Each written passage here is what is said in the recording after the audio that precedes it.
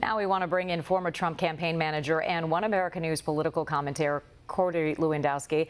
Corey, nice to have you with us. You've been keeping a close eye on Senate confirmations on Capitol Hill. So how do you think that the voting will go for the nominees after the hearing? Look, I think that these nominees have done an excellent job, particularly Jeff Sessions and Dr. Ben Carson. If you look at Dr. Carson's nomination hearing today, I think it lasted about 4 hours. It goes to show that he's exceptionally qualified to lead the Office of Housing and Urban Development. He's going to be a fantastic secretary. I was very impressed with Jeff Sessions' two-day confirmation hearing. He took some really tough questions, but never wavered. But what they did say in each of those cases, and we've seen this also with Mike Pompeo, the designee for the Director of Central Intelligence, is we're going to make sure that we're upholding the law, even if that means breaking with some of President-elect Trump's things that he said on the campaign trail. And that's what the U.S. Senate wants to hear, and that's why all of these nominees are going to be confirmed moving forward. Now, what's the general feeling in D.C. with what? He's going to be inaugurated next Friday. How's the feeling out there? I think the town's excited. I think the nation's excited, honestly. You know, what you have here is a person who's going to come to Washington with no pre-notion of what should or shouldn't be done. He's going to fundamentally change Washington, D.C. It's going to be wholesale and fundamental reforms. I think his administration is going to talk about making sure that the government is open for business. What that means is reducing the burden of taxes and over-regulations on those small businesses and saying it's time to put America first and we're going to create more jobs here in our country. That's what this administration has talked about. In addition to repealing and replacing Obamacare, refining and reforming the tax code so that it's simpler, it's easier, and middle America has more money. That's what they're talking about doing. And I think that is what's at the top of the legislative agenda. And so Washington is abuzz right now. So what has the reaction been to what happened yesterday during the press conference between how Trump handled the media yesterday, specifically CNN and BuzzFeed at his first press conference after his election?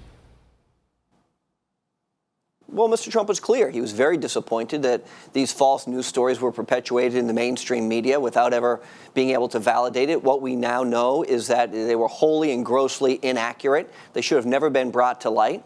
And there was no basis for them whatsoever. And I think Donald Trump, because of the strong force that he is, has an opportunity to push back on these false narratives that have no basis in fact whatsoever, to say that the media has to do a better job of reporting the facts.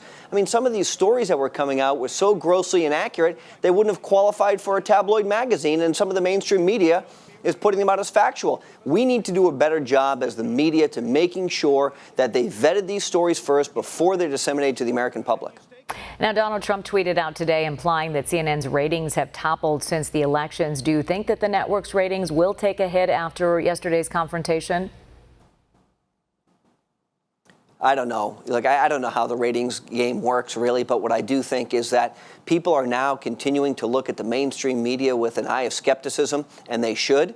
If you look at a recent study which was released immediately following the election, 97% of the American people said they didn't let the media bias affect their voting decisions. That's really stunning when you think it wasn't but 20 or 25 years ago that the entire American public received their news from just three people on a 6 o'clock news hour. Things have changed rapidly, and knowing that people are only going to mainstream media for their news is a fallacy now. Look, between Twitter and social media and other outlets, the mainstream media really has to do a better job if they want to stay competitive. Now, you spent some time at CNN as a commentator. You've met with Jim Acosta, I'm sure. He's a White House senior correspondent. Do you think CNN should take some form of disciplinary action against the reporter Jim Acosta? What I think is that, that's an internal decision CNN has to make. It's not for me to say. What I do think is important is that before reporters make statements or report on stories, they need to get all the facts. And I would hold that, that accountable to anybody, whether it's CNN or NBC. Donald Trump has also talked about NBC and the fact that they had information of an intelligence briefing before he received that briefing last Friday. And I think what's very important is that information that's being disseminated to the American public through the news outlets has to be accurate to the best of their ability. And what we have seen, unfortunately, is a trend of people who work for the news want to be the news and not just report the news. And there's a big difference from the way it used to be. Now, do you think CNN made a mistake by covering BuzzFeed's report? And again, they didn't mention any of the specifics, but obviously not verifying the allegations Russia had access to personal information about Trump, including his financial records?